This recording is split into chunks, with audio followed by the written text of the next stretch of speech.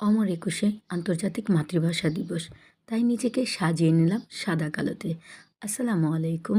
সবাই কেমন আছেন এবং কে কোথা থেকে আমার ব্লগটি দেখছেন কমেন্টের মাধ্যমে জানাবেন। সকালবেলা উঠেই রান্নাঘর, কারণ বোনের জন্মদিন বলে কথা, তাই বোনকে বিরিয়ানি দিয়ে সারপ্রাইজ দিলাম। সবাই আমার বোনের জন্য দোয়া করবেন, ও যাতে সুস্থ থাকে এবং ভালো থাকে। এভাবে দিনের অর্ধেকটা সময় কেটে যায়। কি আর করা যায়? কোথায় যাওয়া যায় এটা ভাবতে ভাবতেও। তো অন্য কোনো দিন হলে এত কিছু ভাবতাম না। সরাসরি একদম সোজাসুজি বইমেলায় চলে যেতাম। কিন্তু আজ ভাবতে হচ্ছে, কারণ শুক্রবার। শুক্রবার মানে বন্ধের দিন, মানুষের অসম্ভব ভিড় হবে। তো এটা ভাবে নিজের বাড়িতেই মাঠে চলে গেলাম। মাঠে হাঁটাহাঁটি করছিলাম। একটু শাড়ি পরে র‍্যাম্প ওয়াক করছিলাম, স্টাইল করছিলাম। শাড়ি পরেছি একটু, ছবি তুলব না, ভিডিও করব না, তা কী করে হয়? এই তো। এর মাঝে ছাত্রীর কল চলে আসে। কথা বলতে, বলতে ঘরে চলে আসি। বলতেছে, "ম্যাডাম চলেন আমরা বইমেলা যাই।" তো এখন অনেক বিকেল, মানে দিন শেষ প্রায়। তো এখন যদি যাই রাত হয়ে যাবে। তারপর ঘরে সমস্যা হবে ওর ঘরে। তো ভাবলাম আজ না অন্য কোনো দিন। ওকে না করে দিয়ে দেন মোবাইলটা হাতে নিই। হাতে নিই, স্ক্রল করতে, করতে দেখি থাই স্যুপ চলে আসে সামনে। আর থাই স্যুপ আমার সবসময় অনেক বেশি পছন্দের একটা খাবার।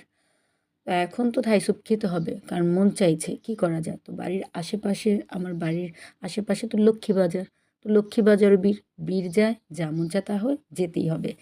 তো এই তো লক্ষ্মীবাজারে যাওয়ার জন্য তৈরি হয়েছি। লক্ষ্মীবাজার যেয়ে দেখি আসলে এত ভিড় যে বলার মতো না, মানে পা রাখার মতো জায়গা পাচ্ছিলাম না।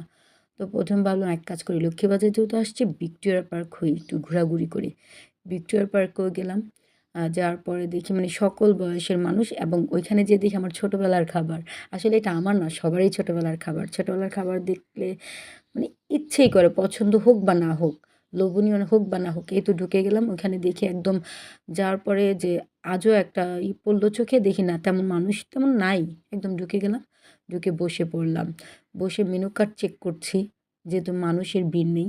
চেক করার মাঝে এর মাঝে দেখলাম যে মানুষ একদম ভরে গেল। বলে হায় রে, কী অবস্থা! চেক করে দেখলাম সকল প্রকার আইটেমই আছে। কিন্তু আমার খাবার নিয়ে একটু ব্যাড এক্সপিরিয়েন্স আছে। তো ভাবলাম আগে, যেহেতু আজও তো আমি কখনো খাইনি, খেয়ে দেখি। থাই স্যুপটাই অর্ডার দিই, যেহেতু থাই স্যুপ খেতে ইচ্ছে করছে। বিলিভ মি, আমার মুখে না একদমই ভালো লাগে নাই। মনে হচ্ছে তারা চিনির পরিমাণটা একটু বেশি দিয়েছিল। দেন সল্টটা, মানে সব কিছু মিলিয়ে আমার কাছে ভালো লাগেনি। আম সবাই খেয়েছেন কিনা আজও তা আমাকে একটু জানাবেন। আর যদি যান, ট্রাই করেন, তাহলে অবশ্যই আমি বলব থাই স্যুপটাকে এড়িয়ে যান।